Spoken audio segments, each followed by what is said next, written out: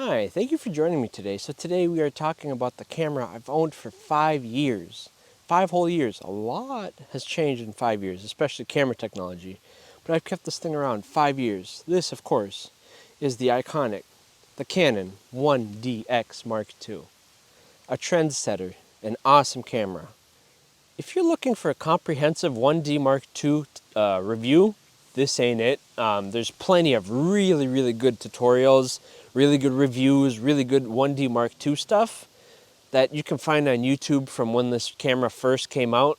This ain't gonna be one of those videos. This is just gonna be my thoughts on this camera after owning it for 5 years and kind of a sad farewell, because I've spent a lot of time. I've racked over pretty close to over 100,000 photos, videos, shutter releases, you name it, which is 5 years. That's what, 20,000 a year? It's a pretty sizable chunk.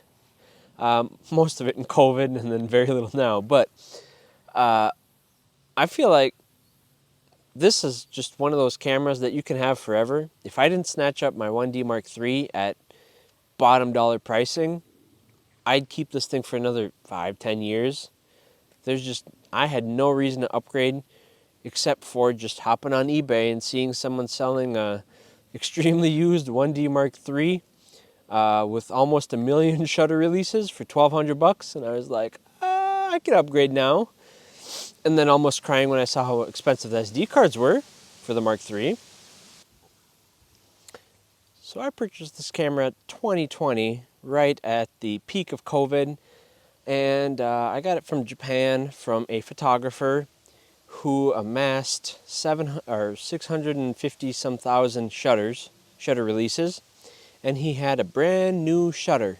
So I essentially got this camera with a brand new shutter, and it currently has 747,000 pictures taken on. That is 747,000 photos that were taken with this camera. Now, I've owned a lot of professional series bodies, like starting with the Canon 1DS Mark I, that was 11.1 megapixels, to the 5D Mark II, which was 20 some megapixels. I've owned the 1DN2, or the 2N, which is like 8 megapixels, jumped up to the 1D Mark IV, followed by the 1DX, and finally, well, not finally, this is the 1D Mark II. And the reason I'm actually making this video is just because I have acquired the 1D Mark III. More about that a little bit later. So with owning a lot of these cameras, I've clearly liked the bigger format stuff. From the 1D2 to the 1D Mark IV to the 1DXs, I prefer the bigger stuff. And this certainly is pretty big. It's pretty hefty, but this is like the first DSLR that has almost all the features that I've wanted. And the only feature that I wanted is on the 1DX Mark III. Camera-wise, for me, the perfect camera was like the 1D Mark IV. It had a lot of the features I liked and not many of the features I didn't like. I also always wished for higher megapixels, but that didn't happen. We're sitting at 20.1 megapixels that we're capped at for Mark II and Mark III. But this has been an upgrade from the 1D Mark IV in every single possible way. Better noise, or less noise, better autofocus, insane autofocus system. We got 4K recording at 60 frames, 120 frames at 1080p. I mean, this thing does it all. My favorite feature, GPS. Like the 1D Mark IV didn't have it, which made me really sad. I had it with the 1DX with the additional sensor, which sucked really bad, and I hated the 1DX. The 1DX and I did not get along at all. Like, that was the camera I probably kept the least, and I also had to send it in for a new shutter because it broke on me. And it just, no, we don't talk about the 1DX here. Here we go from the 1D Mark IV straight to the 1DX Mark II because the 1DX was bad in my opinion. So let's talk use. Once you figure out the button configurations on this thing and how to focus correctly and your focus settings and when to use which and how they all work and those autofocus scenarios, I mean, I've used it 5 years and I don't even feel like I've even close to scratched the surface on the capabilities of this thing. Like, I'm starting to kind of bring it into how I want it to focus, and I do a lot of bird stuff, so I've got it nailed down to when I want to get birds in focus. I have no problem. I go to my specially customized mode, and I know this thing, when I see a bird, muscle memory, lens, autofocus on, and I can spray and about get 97% accuracy. 97% of the photos I will have will be in focus. Like this camera, as long as your settings are right or pretty close to right, there should be no reason why your photos are out of focus. No reason. Because this camera has the highest photos in focus that I've ever had in a camera of the ones I've owned before. Insane. Boggles my mind. And there's no fancy features. There's no eye focus, no face focus. This autofocus just goes and goes and goes. It's crazy how well this camera was designed. Okay, so when we're talking about this camera, yeah, you see this camera? I know. When we're talking about this camera, I've used almost a majority of the features on it. I currently have the the wireless file transfer, the one that connects up to here, where I can transfer my photos or control my camera. Yeah, hop down, buddy. Where I can control this camera from my computer, from my phone. That's one of my most used accessories, so much so that this flap actually broke and I had to send it into Canon to get it replaced. Because I used it all the time. You literally throw it on, you can control your camera, you can see it, you can transfer photos. Love that feature. Ethernet port, my MacBook don't have one, so I can't use it. File transfers, really, really quick with the USB 3.2 or 3. The long USB stick, whatever that is. I mean, I use the headphone jack when I record audio. If I have plug-in headphones, I use the mic port for, this mic that you're hearing, wireless mic, or else I'll use a boom mic that I'll attach to the hot shoe. So I use a majority of the features on this camera. And that being said, I think in today's society with all the new cameras they got going on, I think this camera you could legit buy in 2025 that this is being recorded in, and you could easily use it for 2035. I'm not saying it's future-proof, but I'm just saying that this thing is super reliable. 20 megapixels nowadays compared to the higher offerings like the Fuji 100 and the Hasselblad Media Format 100 and all that. 20 megapixels is a little low for portraits, for weddings. It's still for weddings it's a little low, but portraits, wildlife, 20 megapixels is pretty good. I've used photos made from this camera on trips that I have printed in a 20 by 28 by 36, I believe. Huge. I mean, they take up a large part of the wall. They look great from, 6 inches away. They look great. I don't have any complaints about image quality. Noise? I've had this thing maxed out on a plane ride. Like, maxed out to where I could get a ton of details. Like, if I remember when I'm watching this, I will throw that picture in here. Like, maximum noise, still usable for social media. Maybe a print. Photos, even with higher noise, look really, really good. And then you can't just miss out on the super iconic high frame noise. Like, listen to this.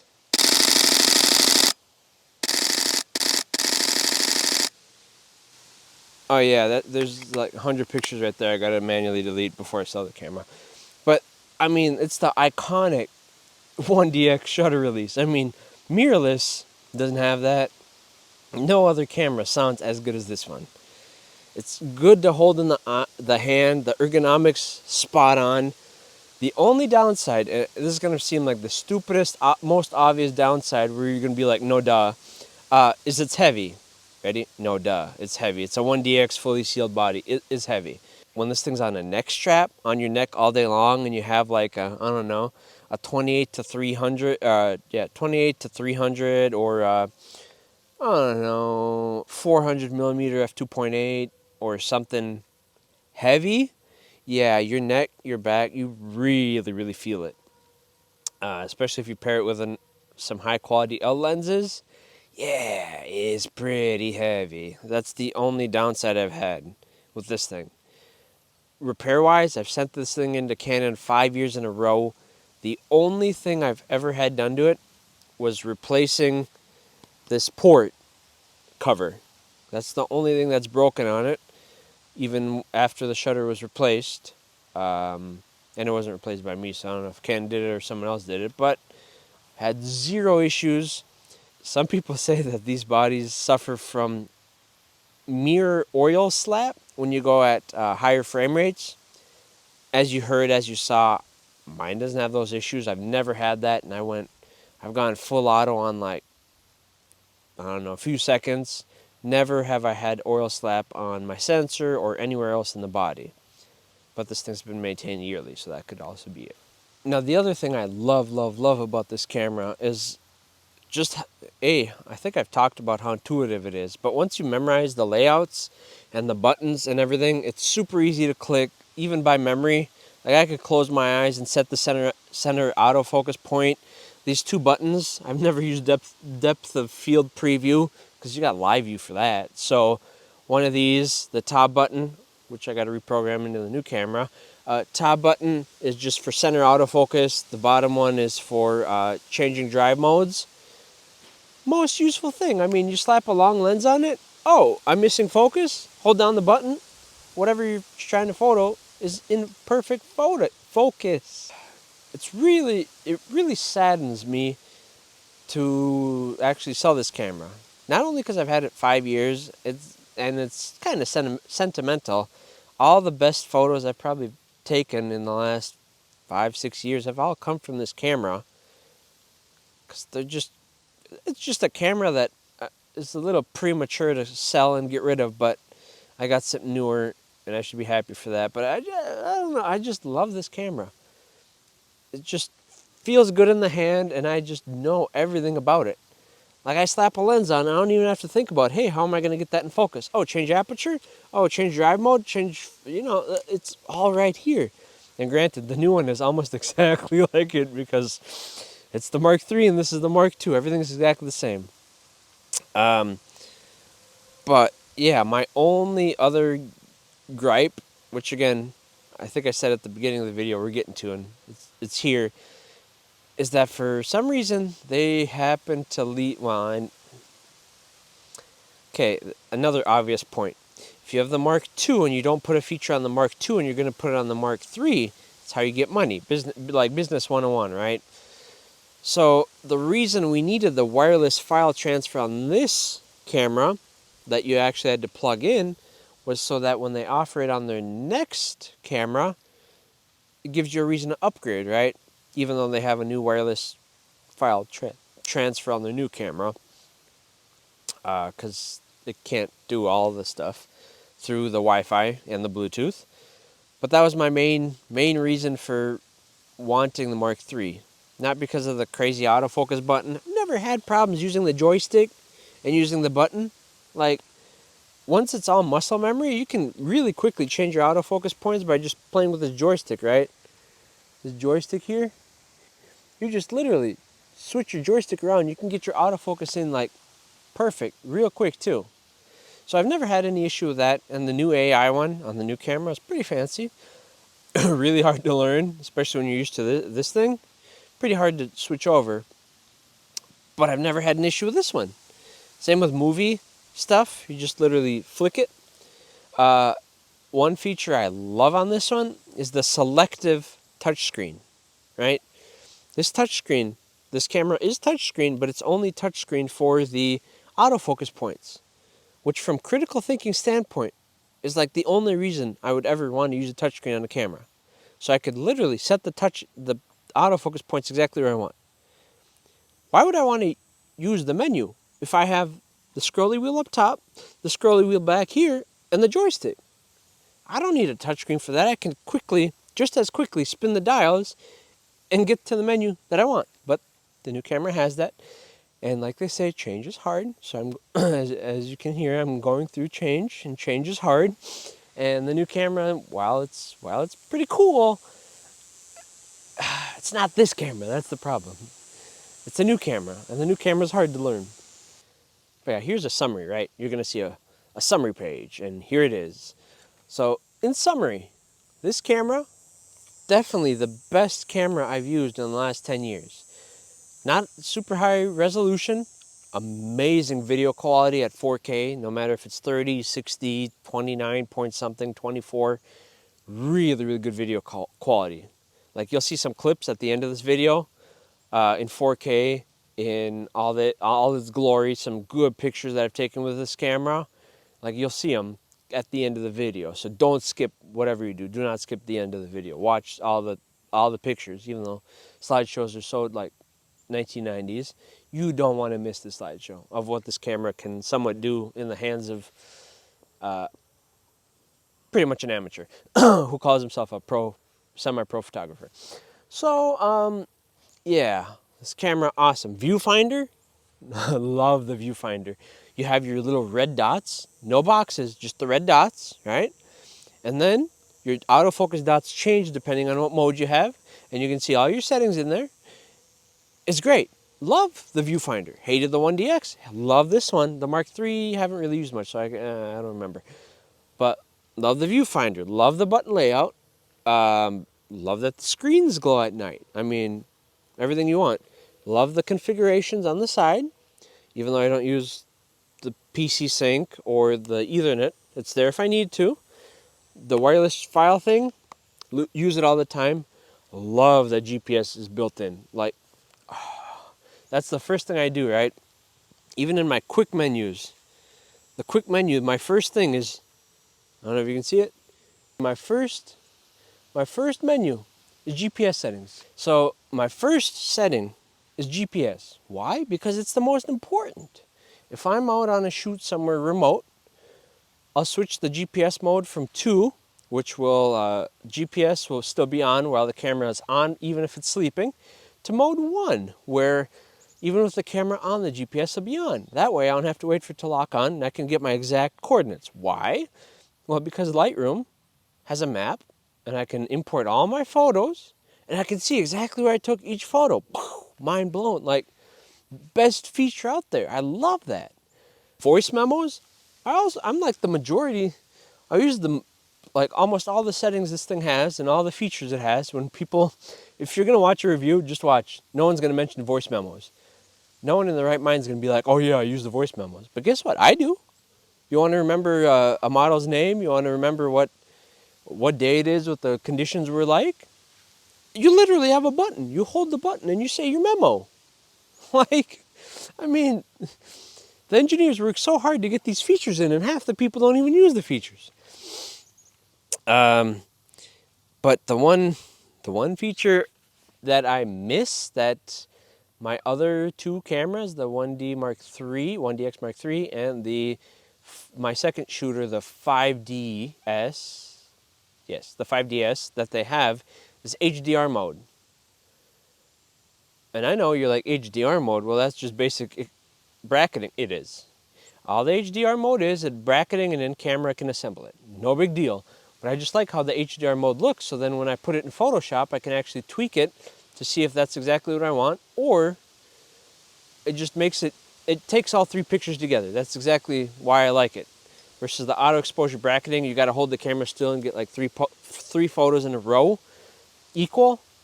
So that's a bit tricky, especially when doing long exposures without a tripod. So that's my like third thing I don't like about this camera. I think we're up to 3 now. I hope so, anyways. But the other thing I love is the battery. Like, literally, humongo battery. This battery will last for a long, long, long time. I mean, I've gotten, 600 some shots? and some video recording on a single battery, one of these guys. And I mean, I say they're fairly compact, but they're pretty compact. I mean, throw 2 or 5 of them in a camera bag, and I mean, you got shooting for a whole weekend or a whole vacation. Like when I went on vacation, I packed 3 of these and only had to recharge 1 of them. So let's say it's hypothetically like 2028 and the Canon R1 Mark II or Mark III is coming out. Should you get this camera? Absolutely. I mean, 100%. I would recommend this camera to anyone who has some muscle or has a backpack and a tripod or has like a shaman or someone to carry their camera up mountains. Yeah, absolutely. The only person I'd say don't buy this camera is if you want something small and minimalist and light, because this camera is not all that. This is like a heavy work camera.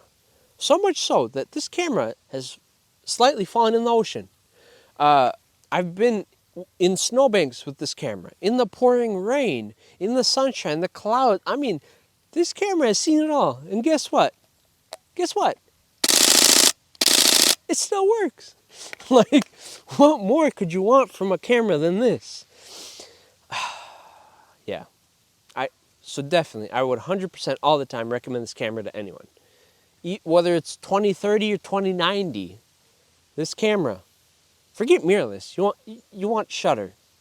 So if you, dear viewer, have made it to this part of the video, where you've heard all the ranting and rambling for the last how many minutes about how great and how awesome and how somewhat decent this camera is, thank you. Seriously. Thank you for sticking around and listening to my random rants about this camera, because this is just something I feel very strongly about. Like, just how nice of a camera this was and how well it served me for the past 5 years with no mechanical breakdowns or no troubles, or I just grab it, plug the battery in and shoot. And it's held up every single time. Everything I asked of it to do, it will do. One quick note, I don't know where this is going to be in the video, but one quick note. The cards that this camera takes are fairly specialized. One is a compact flash, one of these guys, and the other is a CFast 2.0 card, very specialized. A CFast 2.0 card.